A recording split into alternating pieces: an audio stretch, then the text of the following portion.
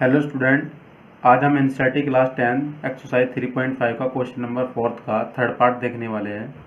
तो उससे पहले अगर आपने हमारे प्रीवियस वीडियो नहीं देखे हैं तो उन वीडियो को ज़रूर देखें, जिससे आपके बेसिक कंसेप्ट क्लियर हो जाए। तो अब देखते हैं इस क्वेश्चन को कि यहाँ पर क्या दिया हुआ है। इसमें कहा है कि यश ने एक टेस्ट में 40 अंक अर्जित किए जब उसे प्रत्येक सही उत्तर पर 3 अंक मिले तथा गलत उत्तर पर 1 अंक की कटौती की गई। यदि उसे सही उत्तर पर 3 अंक मिलते तथा गलत उत्तर पर 2 अंक कटते तो यश 50 अंक अर्जित करता। तो टेस्ट में कितने प्रश्न थे? ठीक है, तो हमारे पास में दो कंडीशन बनने वाली है। एक कंडीशन क्या है कि अगर जब वो 3 अंक ला रहा है सही पर और एक कट रहा है उसका गलत पर, ठीक है, तो एक कंडीशन तो ये है इसके अंदर। दूसरी कंडीशन है कि जब वो 2 अंक आपके जब 4 अंक मिल रहे हैं उसको सही करने पर और 2 अंक कट रहे हैं उसको गलत करने पर, ठीक है, तो उसके कितने आ रहे हैं 50 मार्क्स और पहली में कितने आ रहे हैं 40 मार्क्स। तो यहाँ पर दो कंडीशन है। उससे पहले एक चीज़ और कि यहाँ पर कहा कि टेस्ट में कितने प्रश्न थे, तो हमें यहाँ पर क्या निकालना है, टेस्ट में कितने टोटल जो हमारे क्वेश्चन थे वो कितने थे। ठीक है, तो सबसे पहले हमें ये चीज़ देखनी है कि यहाँ पर जो अंक का डिस्ट्रीब्यूशन है वो किस तरह से देखना पड़ेगा। ठीक है, तो सबसे पहले हम क्या लिखते हैं, सोल्यूशन लिखते हैं। तो सोल्यूशन में सबसे पहले हम लिखेंगे कि माना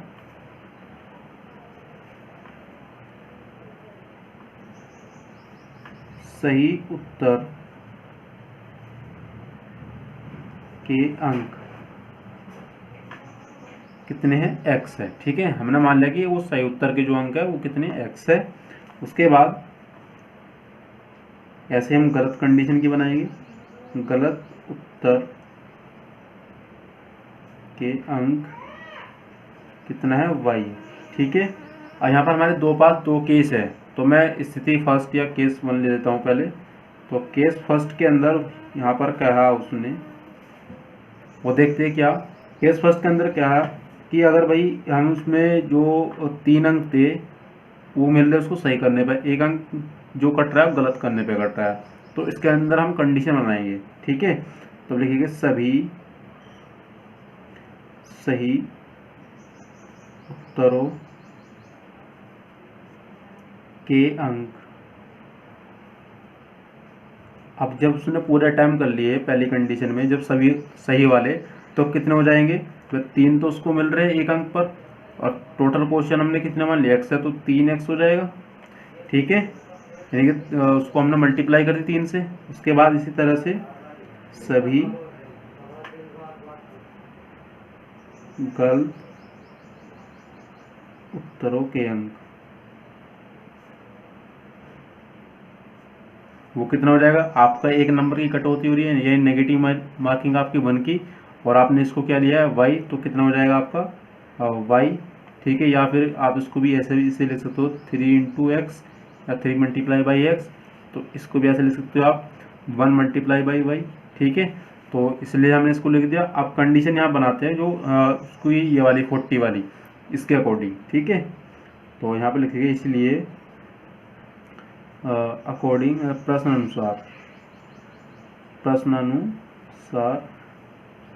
प्रश्नानुसार क्या कहा है कि तो 3x तो उसने क्या है टोटल नंबर्स बना लिए और उसने कुछ अटैम्प्ट भी करी है उसमें, तो वो है कि उसकी नेगेटिव मार्किंग। ठीक है, तो वो तो हटानी पड़ेगी। और जब दोनों को हम कैलकुलेट करेंगे तो उसको जो मार्क्स आ रहे हैं टोटल कितने आ रहे हैं 40 आ रहे हैं। ठीक है, तो किसके के इक्वल हो जाएगा 40 के इक्वल हो जाएगा आपका। ठीक है, तो ये हो गया आपका इक्वेशन फर्स्ट। और सिमिलरली हम ऐसे ही दूसरी केस बनाएंगे। तो दूसरे केस के अंदर देखते हैं, केस सेकंड में क्या रहेगा आपका, सभी सही उत्तरों के अंक, सभी उत्तरों का अंक देखते हैं हम कि कितने आ रहे हैं हमारे पास में। भाई कितना मिल रहा है, देखो 4 मिल रहा है सही उत्तर पर और 1 का कितना अंक x, तो 4 के कितने होंगे 4x। इसी तरह सभी गलत उत्तरों के अंक, वो कितने हो जाएंगे, कितना नेगेटिव मार्किंग है 2 का है, तो यहाँ 2 लिखेंगे 2 इंटू वाई या फिर 2y। ठीक है, अब यहाँ पर जो केस बना इसके अंदर वो क्या है, पहले हम लिखते हैं प्रश्नानुसार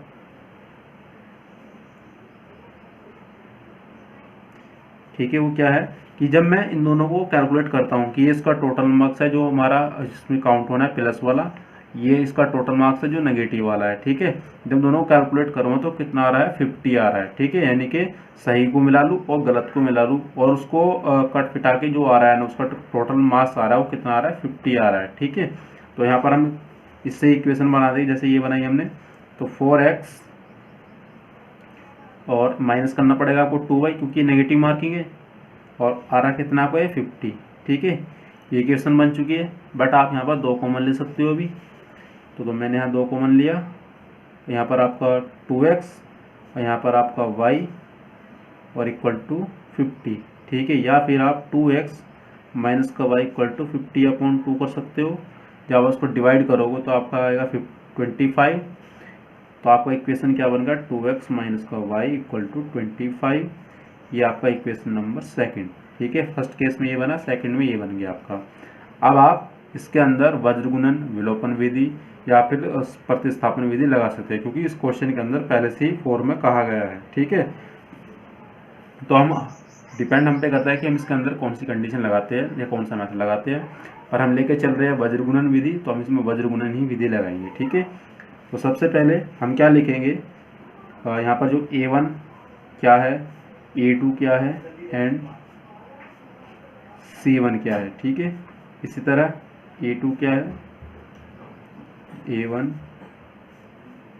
ये आपका b1 होगा, c1, ये b2 एंड c2, ये हम चेक करेंगे पहले। सबसे पहले तो a1 कहाँ से आएगा, इक्वेशन फर्स्ट से a1 की वैल्यू आपकी 3, b1 की -1 और c1 की जो वैल्यू आपकी -14, ठीक है। क्योंकि ये इक्वल में है तो हम इधर चलाएंगे तो माइनस में हो जाएगा, ठीक है। इसी तरह इक्वेशन इस सेकंड से a की वैल्यू कितनी आएगी 2, b की वैल्यू -1 और c की वैल्यू -25। तो हमारे पास वैल्यू आ चुकी है। अब हम चेक करते हैं कि रेशियो में चेक करने से पहले हम चेक करेंगे क्या इसके अंदर ये इक्वल है या नहीं है। ये नॉट इक्वल है, b1/b2, ठीक है, क्योंकि इसकी वैल्यू 2/3 है और इसकी वैल्यू 1/1, तो नॉट इक्वल टू। अगर जब आपकी वाली कंडीशन बनती है तो उसके अंदर आपकी होती है अद्वितीय हल।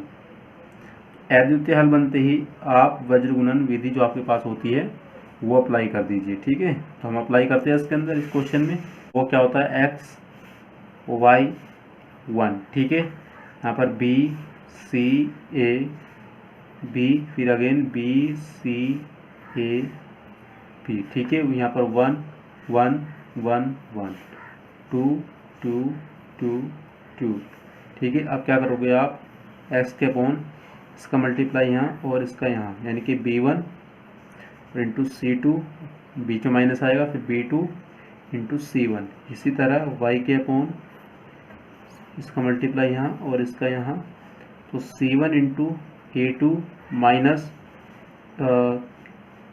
c2 into a1। इसी तरह 1 अपॉन इसका मल्टीप्लाई यहाँ और इसका यहाँ, ठीक है। तो a1 into b2 minus b1 into a2। अब आपके पास में जो वैल्यू है ये कहाँ से उठाओगे, यहाँ से, ठीक है। और वैल्यू हम पुट कर देते हैं, क्या आती है हमारे पास में, तो x अपॉन, ये देखो ये वैल्यू बहुत सावधानी पूर्वक रखी जाती है, अगर आप छोटी गलती करोगे तो आपका क्वेश्चन गलत हो जाएगा, ठीक है। तो b1 की जो वैल्यू मेरे पास में -1 है और c2 की वैल्यू -25, बीच में माइनस, फिर b2 की वैल्यू -1, c1 की वैल्यू मेरे पास में -40। तो y अपॉन c1 की जो वैल्यू मेरे पास में है -40, a2 की वैल्यू मेरे पास में 2 माइनस c2 की जो वैल्यू मेरे पास में -25, a1 की जो वैल्यू मेरे पास में है 3 इक्वल टू 1 अपॉन a1 की वैल्यू मेरे पास में 3 इंटू b2 की वैल्यू -1, बीच में माइनस, और b1 की जो वैल्यू मेरे पास -1, a2 की जो वैल्यू मेरे पास में 2, ठीक है। अब इसको हम आगे फर्दर सोल्व करते हैं। तो x अपॉन माइनस की जब आप मल्टीप्लाई करते हो तो हो जाता है आपका 25, क्योंकि 25 से कम 25 और दोनों माइनस के इसलिए प्लस आ गया माइनस। इसी तरह यहाँ पर आपका 40 हो गया, प्लस बीच में पर एक क्या आपका ऑलरेडी माइनस है तो माइनस आ जाएगा बीच में, ये आ गया आपका 40। इसी तरह y अपॉन ये आपका -80 और ये आपका 75 पर एक माइनस में, यहाँ पर दोनों में क्या होगा प्लस के, तो प्लस का 75 1/, ये आपका माइनस का 3 और ये प्लस का 2। अब आप इसको सॉल्व कर सकते हो बहुत ईजीली, ठीक है। तो ये आ गया आपका माइनस का 15 और ये आ गया आपका माइनस का 5, ये आ गया आपका माइनस का 1, ठीक है। अब इसको फर्स्ट लीजिए, सेकंड और इसको थर्ड। तो यहाँ पर लिखना टेकिंग फर्स्ट एंड थर्ड, ठीक है। हमने सबसे पहले करा फर्स्ट और थर्ड लिया, देखते क्या वैल्यू आने वाली है मेरे पास। तो माइनस का 15 इक्वल टू किसके 1/- माइनस का 1, तिरछा क्रॉस मल्टीप्लिकेशन करोगे इसका यहाँ और इसका यहाँ, तो माइनस का x इक्वल टू माइनस का 15, ठीक है। या माइनस से माइनस कैंसिल, तो x की वैल्यू कितनी आ गई 15, ठीक है। इसी तरह y के लिए निकालेंगे, देखते क्या आएगी। तो हम लिखेंगे टेकिंग सेकंड एंड थर्ड, इसका मतलब है कि दूसरा और तीसरा पद लेने पर, ठीक है। तो यहाँ पर देखते हो y/माइनस का 15 और 5 इक्वल टू 1/ माइनस का 1। इसी तरह यहाँ पर भी मल्टीप्लाई करा, ये कितना हो गया आपका, देखते हैं माइनस का y इक्वल टू माइनस का 5, या फिर माइनस से माइनस कैंसिल, y की वैल्यू आपके पास आ गई 5। तो हमारे पास में x और y की वैल्यू आ गई, जो हमने क्या लिया था सही उत्तर का अंक, ठीक है। x क्या है 15 और y कितना है 5, ठीक है। तो हम क्या लिखेंगे अब इसमें, टेस्ट के कुल प्रश्न। अब हम देखने वाले कि उस टेस्ट पेपर के अंदर आपके कितने क्वेश्चन थे। हम क्या करेंगे, दोनों को ऐड कर देंगे, ठीक है, क्योंकि इसमें नेगेटिव वाले भी साथ में हैं और इसमें जो आपके गलत वाला नेगेटिव होगा, जो आपके सही वाले हैं वो भी इसमें, ठीक है। तो टेस्ट के कुल प्रश्न कितने होंगे, आप लिखोगे सही उत्तरों की संख्या प्लस गलत उत्तरों की संख्या। अब आप सिंपली क्या करोगे, उनको ऐड करना है। तो यहाँ पर लिखोगे आप 15, क्योंकि सही की संख्या क्या आपकी 15 और प्लस 5 कितना आ गया आपका 20, ठीक है। तो हम कह सकते हैं आता है टेस्ट के कुल प्रश्न आपके कितने हो गए 20 प्रश्न, ठीक है। आपके उस क्वेश्चन पेपर के अंदर कितने थे, टेस्ट में आपके थे 20 क्वेश्चन, ठीक है। तो अब इसका हम सेकंड पार्ट देखेंगे इसी वीडियो के अंदर, तो आप बने रहिए हमारे साथ। तो स्टूडेंट हमारे पास में क्वेश्चन नंबर 4 का फोर्थ पार्ट है कि एक राजमार्ग यानी कि रोड है कोई एक पर, दो स्थान ए और बी 100 किलोमीटर की दूरी पर है। दोनों के बीच की कितनी दूरी है 100 किलोमीटर। एक कार ए से तथा दूसरी कार बी से एक ही समय चलना प्रारंभ करती है। यदि ये कारें भिन्न भिन्न चालों से एक ही दिशा में चलती है तो वे 5 घंटे पश्चात मिलती है। यदि वे विपरीत दिशा में चलती है तो 1 घंटे के पश्चात मिलती है। दोनों कारों की चाल ज्ञात कीजिए, ठीक है। तो सबसे पहले हमें ये समझना है कि जो उनकी चालें दी हुई है ना कारों की, दोनों कार की हमें तो यहाँ पर चाल नहीं पता, ठीक, क्यों उनकी चाल कितनी है, क्योंकि यहाँ भिन्न भिन्न चाल दिया है बस, उससे ज़्यादा हमको हमें हिंट नहीं दिया है, ठीक है। तो यहाँ पर हम क्या कह सकते हैं कि चाल यहाँ पर हमको बिल्कुल अननोन हमारे लिए दोनों की, ठीक है। दूसरी बात करते हैं कि यहाँ पर एक तो बात करिए कि एक ही दिशा में, एक ही दिशा का मतलब होता है कि अगर यहाँ पर आपकी कोई लाइन है, ठीक है, या रोड है, एक कार मान लो आपकी यहाँ पर चल रही है, दूसरी कार यहाँ पर, तो ये क्या है एक ही दिशा है, ठीक है। और कोई तीसरा एक पॉइंट ऐसा है या किसी समय पश्चात आकर यहाँ पर ये दोनों मिल जाएगी, ठीक है। अगर वे दोनों अपोजिट डायरेक्शन में, जो इसके अंदर दूसरी कंडीशन क्या दी है कि अगर वे विपरीत दिशा के अंदर है, यानी कि ए इधर से आ रही है कोई एक कार यहाँ से आ रही होगी, और ये यहाँ कोई पर्टिकुलर पॉइंट ऐसा होगा यहाँ पर या तो आकर दोनों मिल जाएगी यहाँ पर, ठीक है। तो यहाँ पर टाइम देखना कि कितना है, 1 घंटे पहले मिल जाती है, और यहाँ पर क्या है 5 घंटे बाद पश्चात मिलती है, ठीक है। तो अब इसको सोल्व करते हैं। सोल्व करने से पहले जो हमने स्टार्टिंग में कहा था कि यहाँ पर हमें चाल नहीं पता है दोनों कारों की, तो हम यहाँ क्या करेंगे, कुछ चीज़ें एज्यूम करेंगे जिससे हमारा जो क्वेश्चन है वो ईजी सोल्व हो जाए, ठीक है। तो हम स्टार्ट करते हैं। तो सॉल्यूशन लिखते हैं पहले। तो सॉल्यूशन में लिखते हैं कि माना एक कार की चाल बराबर है x किलोमीटर प्रति घंटा। ठीक है, x किलोमीटर प्रति घंटा ली मैंने पहली कार की चाल। इसी तरह दूसरी कार की चाल वो मैंने लिया y किलोमीटर प्रति घंटा। ठीक है, ये चीज़ें मैंने दोनों कार के लिए लिख ली है क्योंकि जो उनकी चालें हैं वो कितनी x और y है। ठीक है, अब हम क्या करेंगे, जो इसके अंदर केस फर्स्ट है कि अगर ये दोनों एक ही दिशा में जा रही है, एक ही दिशा में मतलब, तो मैं केस पहले फर्स्ट लिखता हूँ कि केस फर्स्ट मेरे पास में क्या आएगा या स्थिति क्या है मेरे पास, वो देखते हैं। जैसे मान लो ये आपका ये रोड है। ठीक है, आपकी कोई एक कार यहाँ पर है और ये ए पॉइंट जहाँ पे दो आपकी जो ये क्या है, ए और बी दो स्थान है, ए यहाँ पर है और बी यहाँ पर, दोनों की जो बीच की दूरी कितनी दी है 100 किलोमीटर। ठीक है, और कार जो दूसरी है वो यहाँ पर है, वे दोनों एक साथ चलना स्टार्ट करती है, ये भी और ये भी, और वो किसी तीसरे पॉइंट पर जाकर एक साथ मिलती है सी पॉइंट पर। ठीक है, मैं मान लेता हूँ वो पॉइंट क्या है मेरा, सी पॉइंट है। तो वे दोनों यहाँ पर जाकर मिलती है 5 घंटे बाद। ठीक है, तो अब देखते हैं कि इसको सोल्व कैसे करेंगे। तो मैं पहले कार फर्स्ट के लिए इसको मैं कार 1 ले लेता हूँ, इसको कार 2 ले लेता हूँ। ठीक है, तो मैं लिखता हूँ कार 1 के लिए, तो car 1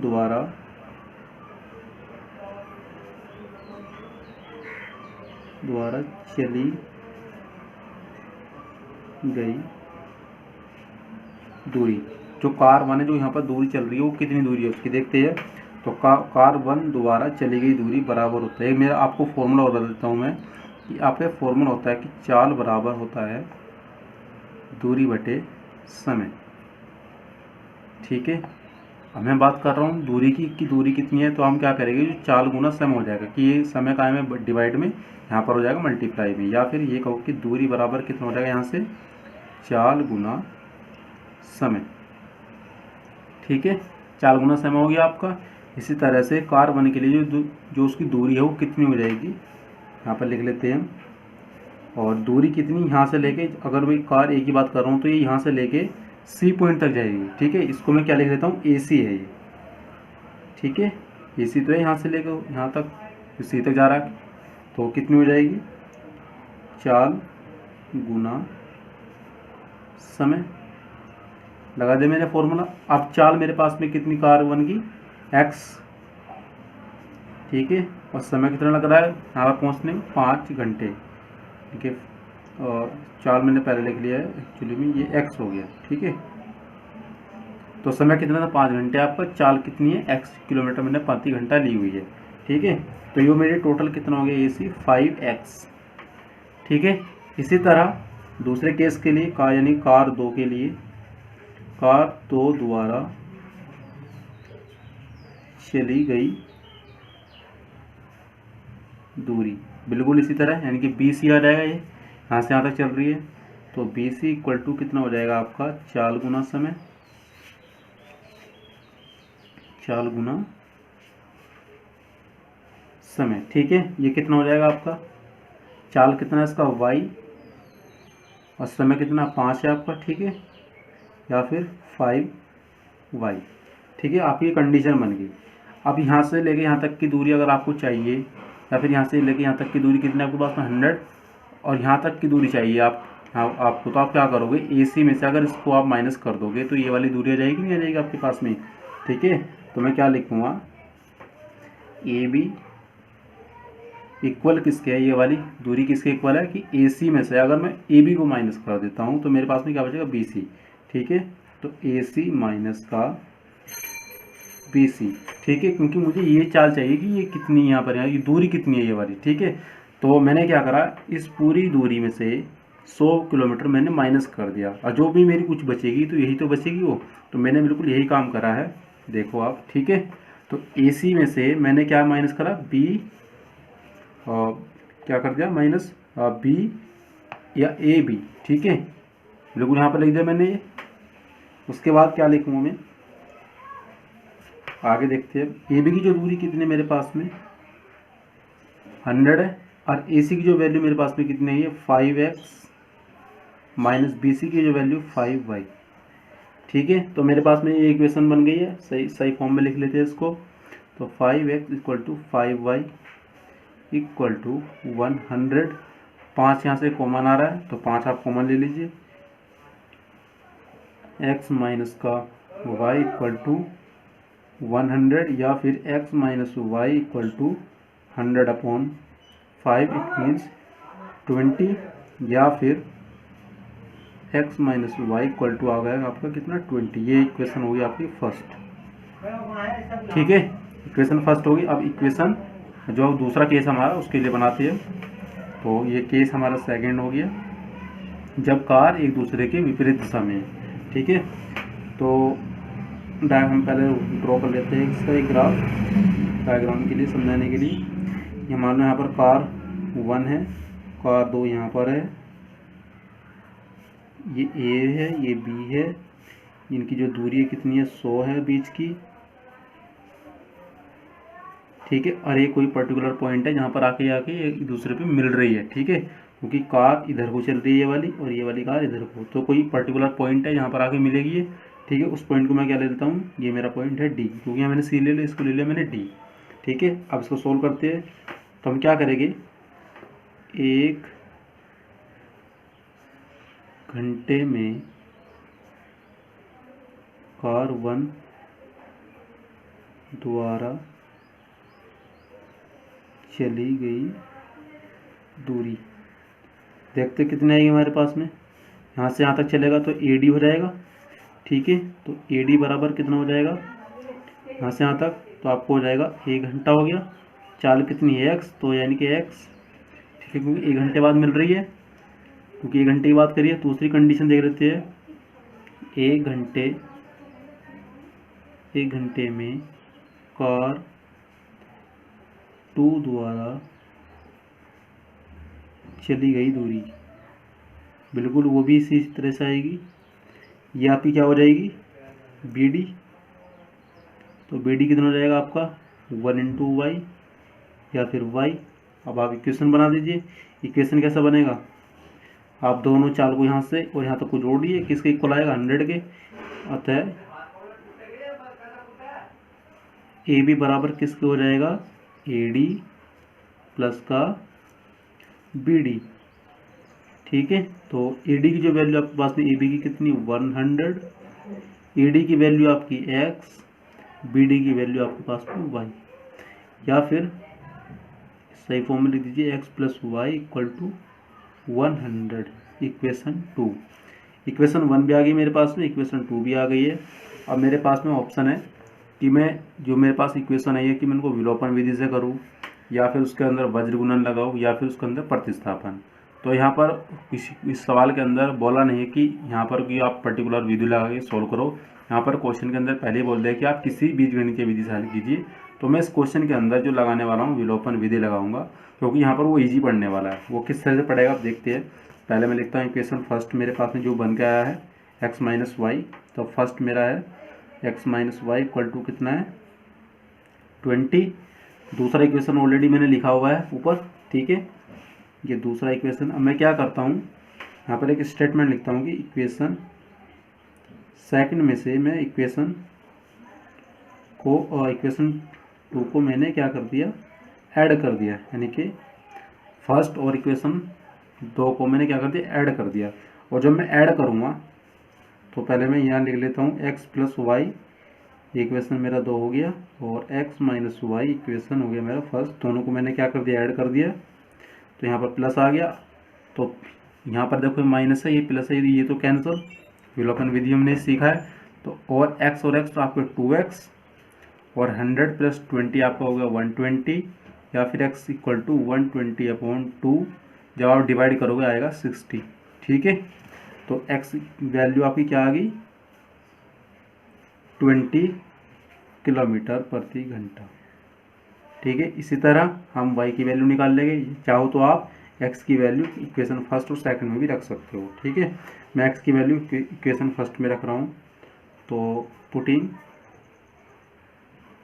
the value of x equal to 20 in equation 2 मेरे पास में वही है, फिर x प्लस का y इक्वल टू 100।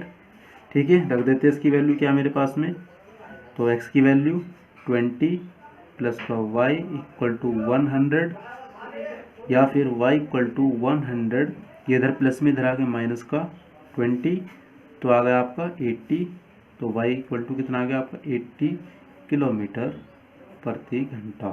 ठीक है, ये आपकी x और y की वैल्यू आ चुकी है, जो हमें एक्चुअली इक्वेशन के अंदर चाहिए भी था, और उसके क्वेश्चन के अंदर भी ये पूछा कि दोनों की चाल क्या है। ठीक है, तो हम कह सकते हैं कि क्या कार 1 की चाल या गति कितनी है मेरे पास में, ये 60 है आपका। ठीक है, ये 60 हो गया, क्योंकि x की जब आप डिवाइड करोगे 60 बचेगा तो 60 आएगा, और आपने x की वैल्यू यहाँ पुट करी 60 इक्वेशन सेकंड के अंदर, तो ये आपका होगा 60 और इधर जाके 60, आपने 100 में से 60 माइनस करा तो इट मीन्स 40, ये 40, तो कार 1 की जो चाल मेरे पास में 60 किलोमीटर प्रति घंटा।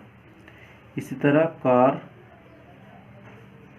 2 की चाल मेरे पास में कितनी आ गई, equal to 40 kilometre per hour. ठीक है, अब हम क्वेश्चन नंबर 4 का 5th पार्ट की ओर देख लेते हैं, और इसके बाद ये हम जो एक्सरसाइज है ये ख़त्म हो जाएगी। ठीक है, तो स्टूडेंट हमारे पास में क्वेश्चन नंबर 4 का 5th पार्ट है कि एक आयत का क्षेत्रफल 9 वर्ग इकाई कम हो जाता है यदि उसकी लंबाई 5 इकाई कम कर दी जाती है और चौड़ाई 3 इकाई बढ़ा दी जाती है। ठीक है, यदि हम लंबाई को 3 इकाई और चौड़ाई को 2 इकाई बढ़ा दें तो क्षेत्रफल कितना हो जाता है, 67 वर्ग इकाई बढ़ जाता है। तो आयत की विमाएँ ज्ञात करो। विमा का मतलब होता है उसकी लंबाई और चौड़ाई। ठीक है, यानी कि उसकी भुजा क्या है, आयत। एक बार बता देता हूँ कि आयत आपको होता क्या है। आयत आपका कुछ इस तरह से होता है, ठीक है, जिसमें आमने सामने की जो साइडें होती है, भुजाएं होती है, वो क्या होती है, बराबर होती है। अगर ये मेरा कितना है a, तो ये भी मेरा a रहेगा, अगर ये b है तो ये भी b रहेगा। ठीक है, या फिर ये x है तो ये भी क्या रहेगा, x, अगर ये मेरा y है तो ये क्या रहेगा, y। ठीक है, तो ये होता है आयत। आयत की प्रॉपर्टी ये होती है, और उस पर हर एंगल का जो यहाँ पर एंगल बनेगा आपका हर कॉर्नर पर, वो 90 डिग्री होगा। ठीक है, तो ये होता है आपका क्या, आयत। तो अब इसके बारे में देखते हैं। सबसे पहले तो हमें ना तो कि इस क्वेश्चन के अंदर जो आयत है उसकी ना तो भुजा पता है कि कितनी कितनी दी है। ठीक है, यहाँ पर हमें कोई पर्टिकुलर कोई फिक्स करके नहीं दिया, पर यहाँ पर है कि उनकी लंबाई को घटा रहे हैं बढ़ा रहे हैं, बस ये बता दिया है, बस हमें कोई पर्टिकुलर चीज़ पता नहीं है। ठीक है, तो उस कंडीशन में क्या करेंगे, हम यहाँ पर कुछ चीज़ों को लेके चलने वाले हैं, ऐसे जैसे हम पिछले क्वेश्चन। तो हम ले लेते हैं, क्या सॉल्व करते हैं, सॉल्यूशन। सॉल्यूशन लिखा मैंने, क्या लिखा, माना, ठीक है, आयत की लंबाई जो है मेरे पास में कितना ले लिया मैंने, x इकाई।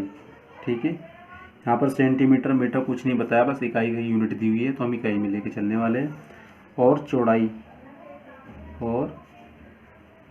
चौड़ाई मैं ले लेता हूँ उसकी, कितना है, y इकाई। ठीक है, ये दो मैंने यूनिट ले लिया इसकी लंबाई और चौड़ाई में। तो तब इसका आयत का क्षेत्रफल क्या हो जाएगा मेरे पास, आयत का क्षेत्रफल। तो आयत का क्षेत्रफल होता है आपका लंबाई गुना चौड़ाई। ठीक है, तो लंबाई कितना है, x, चौड़ाई y, या फिर कितना बन गया, x y।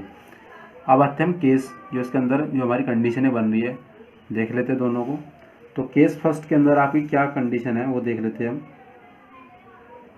केस फर्स्ट में कहा है कि एक आयत का क्षेत्रफल 9 वर्ग इकाई कम हो जाता है। ठीक है, यदि उसकी लंबाई 5 इकाई कम कर दे, यानी कि इकाई में से हम कितना 5 कर दे, इस वाली में से 5 कम कर दे या माइनस कर दे उसमें से। ठीक है, और चौड़ाई में 3 बढ़ा दे, यानी कि 3 इसमें क्या कर दे, प्लस कर दे, तो ये किसके इक्वल हो जाएगा, इसके इक्वल हो जाएगा। ठीक है, तो इसको सोल्व करते हैं। तो केस फर्स्ट क्या कह रहा है कि लंबाई जो है आपकी, अगर उसमें से मैं 5 कम कर देता हूँ, ठीक है, 5 कम कर दी उसकी लंबाई में से, ठीक है, और चौड़ाई में कितना है 3 बढ़ा दी जाए, यानी कि 3 प्लस ऐड कर दिया हमने इसमें, तो ये किसके इक्वल हो जाता है, क्षेत्रफल में जो कमी हो रही है, ठीक है, कितनी कमी हो रही है 9 की, ठीक है, ये इसके बराबर हो जाती है। अब इसको हम सोल्व करते हैं आगे। तो लंबाई कितनी मेरे पास में x माइनस का 5 इंटू चौड़ाई y प्लस का 3 इक्वल टू क्षेत्रफल xy और माइनस का 9। अब उसको सोल्व करेंगे, x की मल्टीप्लाई पहले y में तो xy, फिर x की मल्टीप्लाई प्लस 3 में तो 3x, माइनस 5 की y में करोगे तो माइनस का 5y, माइनस 5 की प्लस का 3 में तो माइनस का 15 equal to xy equal minus का 9, ठीक है।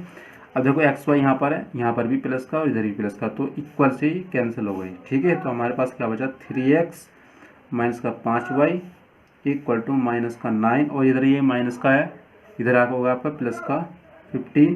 अब इसको सोल्व करेंगे तो हमारे पास में वैल्यू जो आने वाली है कितनी आएगी 3x 5y, ये आपका होगा प्लस का 6, ठीक है। उसके बाद 3x माइनस का 5y और माइनस का 6, ठीक है, इक्वल टू 0। ये इक्वेशन मेरी बन गई फर्स्ट। अब इसी तरह से मैं अपनी जो मेरे पास दूसरी कंडीशन दी हुई है मैं वो बनाऊंगा इसके अंदर। तो देख लेते हैं क्या है मेरे पास।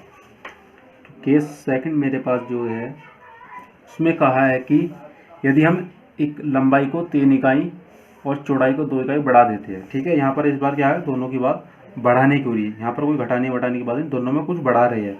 तो लंबाई में कितना बढ़ा रहे हैं हम पहले देखते हैं। तो लंबाई में कितना बढ़ा दिया हमने 3 इकाई, और चौड़ाई में यानी कि हमने इसमें बढ़ाया है 2 इकाई, और ये बराबर किसके हो जाता है क्षेत्रफल के बराबर होता है। वो भी कब, जब 60 क्षेत्रफल में 16/7 ऐड कर दिया, यानी कि वो बढ़ गया क्षेत्रफल भी, ठीक है। तो यानी कि क्षेत्रफल आपका कितना हो गया इस कंडीशन में, क्षेत्रफल बढ़ गया आपका कितना 67, ठीक है। अब हम इसे वैल्यू रखें, लंबाई मेरा x plus 3 multiply by y की वैल्यू, यहाँ पर चौड़ाई जो है y प्लस 2 इक्वल क्षेत्रफल xy प्लस का 67, मल्टीप्लाई करोगे आप इसका xy, x के यहाँ पर 2x, 3 का y में तो 3y और 3 का 2 में 6 इक्वल टू xy प्लस का 67। सिमिलरली यहाँ पर भी xy कैंसिल हो जाएगा क्योंकि इक्वल में दोनों प्लस के। तो मेरे पास वैल्यू क्या बची 2x प्लस का 3y और प्लस का 6 और इधर आके माइनस का 67 इक्वल टू 0 हो गया, ठीक है। तो मेरे पास में कितना बचेगा 2x प्लस का 3y, ये आपका माइनस का 61 इक्वल टू 0। इक्वेशन नंबर मेरे पास सेकंड बन चुकी है। अब मेरे पास चॉइस है इक्वेशन को सोल्व करने के लिए या फिर x और y की वैल्यू निकालने के लिए मैं कौन सा मेथड लगाता हूँ, मेथड ऑफ सब्स्टिट्यूशन लगाऊँ, या जिसको हम बोलते हैं प्रतिस्थापन, या मेथड ऑफ एलिमिनेशन जिसको मैं बोलता हूँ विलोपन विधि, या फिर मैं लगाऊँ क्रॉस मल्टीप्लिकेशन मेथड जिसको हम बोलते हैं वज्र गुणन विधि, ठीक है। तो मेरे पास में चॉइस है, मैं कोई सा मेथड लगा सकता हूँ। तो यहाँ पर मैं हम बात करने वाले जो चैप्टर की जो पढ़ रहे हैं वो है वज्र गुणन पर, तो हम इसके अंदर वज्र गुणन लगाएंगे, ठीक है। तो सोल्व कर लेते हैं इसके अंदर। तो सबसे पहले क्या करेंगे हम a1 b1 और c1 की जो वैल्यू वो देखते हैं। a1 की वैल्यू इक्वेशन फर्स्ट से आएगी, a1 की वैल्यू 3, b1 की वैल्यू माइनस का 5, c1 की जो वैल्यू आपकी माइनस का कितना 6, ठीक है। इसी तरह a2 की वैल्यू आपकी इक्वेशन 2 से आएगी 2, b2 की वैल्यू आपके पास प्लस का 3, c2 की वैल्यू आपके पास माइनस का 61, ठीक है। अब हम इसमें मेथड लगा देते हैं। पहले हम क्या करेंगे x y 1 लिखेंगे, तो x y और 1, ठीक है। यहाँ पर b c a b, फिर again b c a b, ठीक है। यहाँ पर 1 1 1 1, नीचे 2 2 2 2, ठीक है। उसके बाद x y 1, फिर अपॉन, इसके भी अपॉन और यहाँ पर भी अपॉन लगा दीजिए, सब इक्वल कर दीजिए। उसके बाद आपको करना है इसका मल्टीप्लाई यहाँ पर और इसका यहाँ पर, इसी तरह इसका यहाँ और इसका यहाँ, इसका मल्टीप्लाई यहाँ, इसका यहाँ, बीच में आएगा माइनस, ठीक है। तो सबसे पहले x के लिए b1 इंटू c2, बीच में आ गया माइनस, b2 की वैल्यू आपने मल्टीप्लाई करी c1 में, इसी तरह c1 आप multiply by a2 minus C2 multiply by A1 और इसी तरह A1 मल्टीप्लाई बाई B2 पीछे माइनस फिर A2 मल्टीप्लाई बाई B1। ठीक है, अब इसमें वैल्यू पुट कर देते हैं जो हमारे पास में ये वाली वैल्यू है, ये A1 B1 C1 A2 B2 and C2 की। ठीक है, वैल्यू रखते हैं तो x अपॉन B1 की जो वैल्यू मेरे पास में माइनस का 5 है मल्टीप्लाई C2 की वैल्यू मेरे पास माइनस का 61, बीच में माइनस B2 की वैल्यू जो आपकी 3 और C1 की जो वैल्यू मेरे पास में है माइनस का 6 equal to y upon C1 की वैल्यू माइनस का 6, A2 की वैल्यू है मेरे पास में 2 माइनस C2 की वैल्यू जो है मेरे पास में माइनस का 61 और A1 की जो वैल्यू मेरे पास में है 3 इक्वल टू 1 अपॉन A1 की जो वैल्यू मेरे पास में 3 है और B2 की जो वैल्यू वो भी है मेरे पास में कितना 3 है। ठीक है, A1 की भी और B2 की वैल्यू माइनस उसके बाद A2 की जो वैल्यू मेरे पास में कितना है 2 और B1 की जो वैल्यू माइनस का 5। अब इसको हम सोल्व कर लेते हैं, देखते हैं कि क्या आएगा हमारे पास में दोनों की वैल्यू। तो पहले x वाले के नीचे सोल्व करते हैं, दोनों माइनस के प्लस का तो ऑन है। अब जब आप मल्टीप्लाई करोगे तो 5 एकम 5 और 5 छंग 30 यानी कि 305 होगा। ये दोनों माइनस के हैं तो 3 छंग 18 हो जाता है आपका इक्वल टू y अपॉन एक माइनस एक प्लस तो माइनस का 12 हो गया। ठीक है, यहाँ माइनस है तो माइनस माइनस प्लस। अब जब इसकी मल्टीप्लाई करोगे कितना आएगा 3 एकम 3 और 3 छंग 18 183 इक्वल टू 1 अपॉन और माइनस माइनस होगा आपका प्लस तो 3 3 9 और ये माइनस माइनस प्लस और 2 पंजे 10। ठीक है, तो ये x अपॉन जब आप इनको ऐड करोगे 8 और 5 13 और 1 और 0 1 आपको कैरी तो 2 यहाँ पर 323 equal to y upon minus करो 12 में से 3 में से 2 गया आपका 1, 8 में से 1 गया 7 और 1। ठीक है, तो 1 अपॉन 90। अब आप क्या करोगे इसके अंदर इसको फर्स्ट लीजिए, इसको सेकंड और इसको थर्ड और यहाँ पर लिखिए फर्स्ट व थर्ड को लेने पर इससे आपकी x की वैल्यू आ जाएगी। तो x divide by 323 equal to किसके थर्ड के 1 अपॉन 9। मल्टीप्लाई करोगे आप जब इसका तो 19x इसका मल्टीप्लाई इधर 323 या फिर x की जो वैल्यू होगी 323 डिवाइड बाई 90। ठीक है, अब इसको आप कैसे सॉल्व करोगे ये भी देख लीजिए। इसको आप 323 को 19 से डिवाइड कर दीजिए। ठीक है, जब आप इसको डिवाइड करोगे तो 1 टाइम आपका चलेगा इस पर, यहाँ पर 19। जब आप माइनस करोगे तो 12 में से आपके जाएगा 9 तो आपको बचता है 3। यहाँ पर आपका कितना रह गया 2 में से गया 1 बचा। और यहाँ पर आपने पहले से देखो कि आप इसका टेबल इस पर पढ़ सकते हो नहीं पढ़ सकते, इसलिए क्या करो आप एक उतारो यहाँ पर और 19 का पढ़ा फिर या फिर टेबल 133 पर पढ़ोगे तो 19 सत्ते होता है आपका 133। ठीक है, तो यहाँ पर आपका कितना आ गया x की वैल्यू 17। ठीक है, इसी तरह y की वैल्यू निकाल लेंगे। इस बार मैं सेकंड एंड थर्ड ले लूँगा तो सेकंड व थर्ड को लेने पर तो सेकंड मेरे पास में क्या है y upon 171 equal to 1 upon 19 cross multiply ये हो गया आपका 19y इक्वल टू 171। ठीक है, अब जब आप इसको मल्टीप्लाई और डिवाइड करोगे 171 को किससे 19 से तो ये आपका आएगा, यहाँ पर देख लेते हैं एक बार कितना आएगा। ठीक है, 19 में 171 होता है तो 9 टाइम पूरा कैंसिल हो गया आपका ये।